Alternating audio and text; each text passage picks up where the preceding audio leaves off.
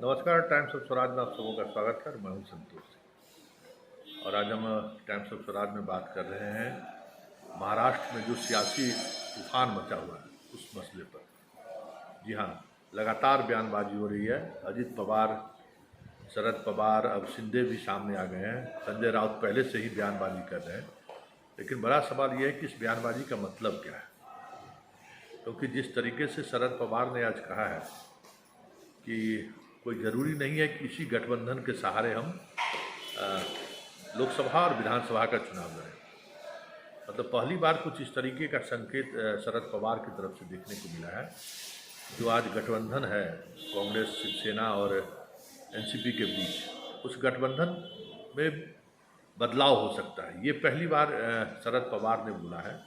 और हालांकि उनके इस बयान के बाद महाराष्ट्र के मुख्यमंत्री ने कहा है कि बहुत कुछ, शरद पवार जैसे अनुभवी नेता अगर कुछ बोल रहे हैं तो बहुत बड़ा बदलाव भी हो सकता है, इसमें कोई शक नहीं है।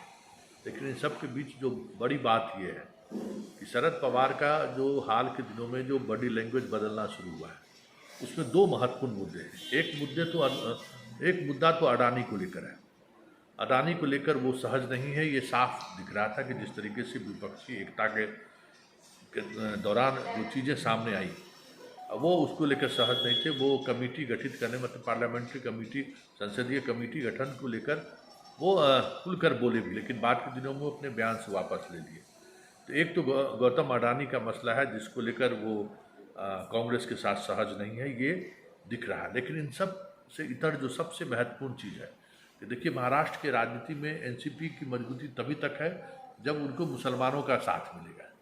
ये शरद पवार समझते हैं। और शरद पवार अगर का जो उनका राजनीतिक जीवन रहा है, वो जीवन बीजेपी के खिलाफ ही वो चुनाव लड़ते रहे। उनको बीच का कोई गुंजाइश नहीं है। उस दौर में जब राहुल गांधी मजबूती के साथ कांग्रेस को अल्पसंख्यक मतदाताओं के बीच खड़ा कर रखा है, तो फिर शरद पवार इस तरह के बयान दे क्यों रहे?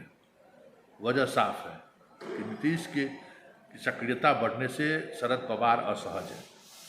उन्हें लग रहा था कि 2024 के चुनाव में विपक्ष की तरफ से उनको नेता बनाया जाए, लेकिन कांग्रेस जिस अंदाज में नीतीश को अब प्रोजेक्ट करना शुरू कर दिया, और स्वाभाविक तौर पर उत्तर भारतीय होने की वजह से नीतीश की अपनी जो कंस्टिट्यूंसीज है, वो कंस्टिट्यूंसी शरद पवार से ज़्यादा मजबूत कंस्टिट्यूंसी है। और जहाँ तक राजनीति में पैसे की बात है, तो नीतीश के आने के बाद ममता और कांग्रेस अगर एक साथ आते हैं, अखिलेश, तो पैसे को लेकर भी शरद पवार उस तरीके से दबाव बनाने की स्थिति में नहीं दिख रहे हैं।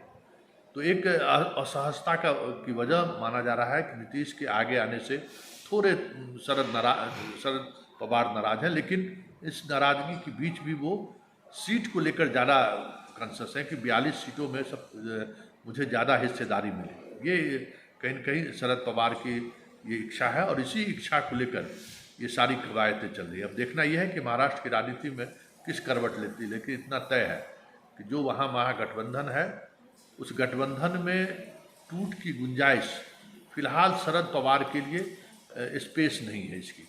हाँ, अजित पवार के सहारे अगर कुछ सियासत वो खेलना चाहें तो वो खेल सकते हैं, लेकिन अब स्पेस, जिस दौर में देश आगे बढ़ रहा है, दो ध्रुव में देश जिस तरीके से केंद्रित हो रहा है, ऐसे में शरद पवार के लिए कोई नए तरीके की स्पेस की गुंजाइश दिख नहीं रही। अब देखिए आगे आगे होता है क्या। लेकिन महाराष्ट्र का चुनाव या महाराष्ट्र में जो कुछ भी हो रहा है, आने वाले 25-30 दिनों में बहुत कुछ बदलता हुआ दिखेगा।